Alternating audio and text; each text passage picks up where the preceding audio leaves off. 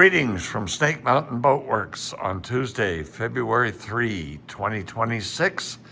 Here's an update on our other Lyman, a 1967 26-foot Lyman Cruisette.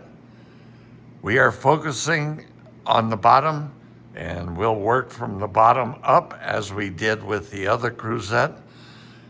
In this case, we started sanding the finish off, wondering what we'd find underneath, and what we found was really pleasant.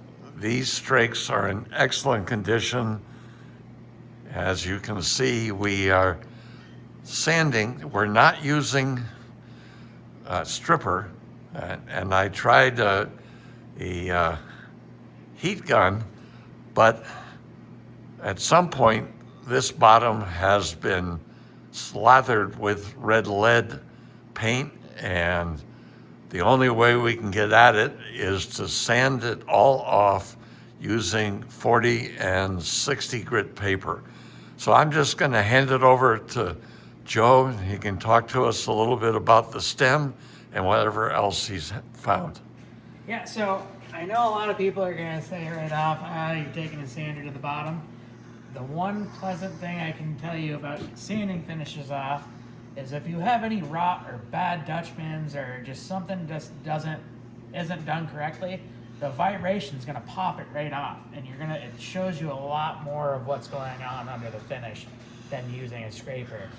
But as far as the stem goes, it's weird. It's the same thing as the other Lyman, except this one doesn't have any rot. It's just the seams are split open a little bit.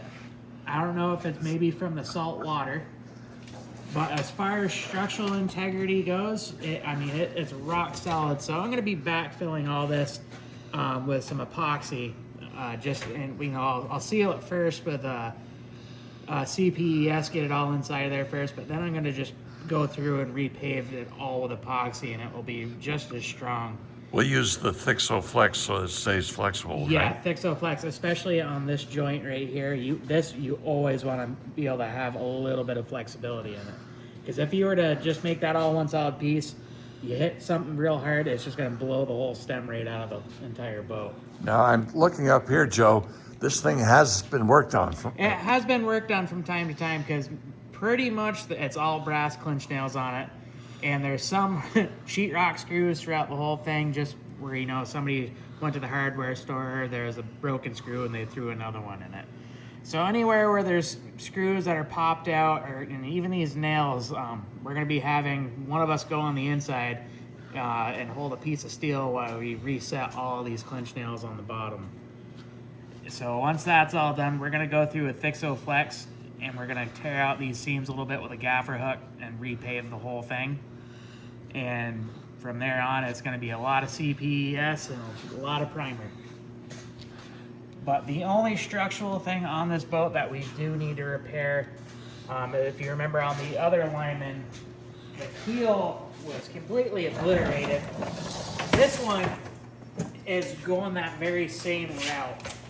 What happened is they used some kind of epoxy filler, or not epoxy, it's some kind of fiberglass, but it cracked apart, and instead of replacing the bolts that go down to hold it all up, they stretched over time, so the seam just opened right up, and it just started rotting from the inside of that seam down. Luckily, there's no other rot other than just along the seam of where the keel meets. But we'll be able to replace that and have it done correctly and put it back up with 5200 in new bolts.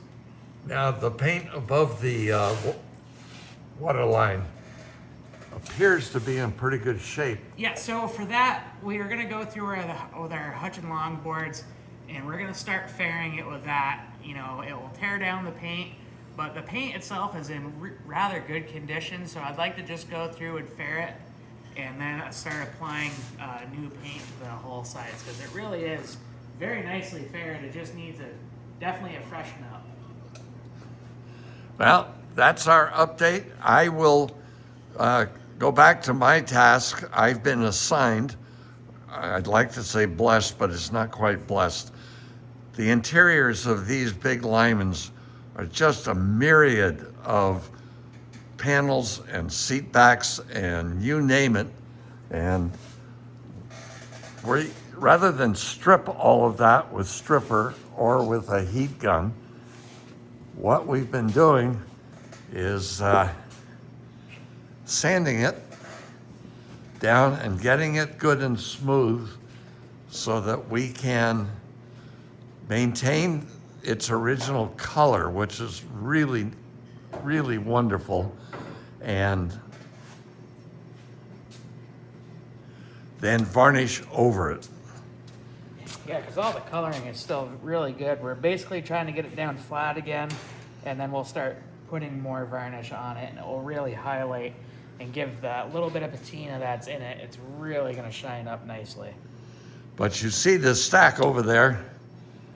The stuff on the table is done. The stuff behind it, I haven't started yet, and will soon. And you think that's all? No, that's not all. We also have another pile over here. So both boats are in this condition. The varnish is pretty good. The 25-foot Cruisette varnish has failed in quite a few places, so we haven't really made a final decision yet. We'll try to sand it, but if the varnish just starts peeling away, we have no choice but to strip it down. So that's our update on our 1967 26-foot Lyman Cruisette. We'll be back with more soon. Thank you so much. Bye-bye for now from Snake Mountain Boat Works.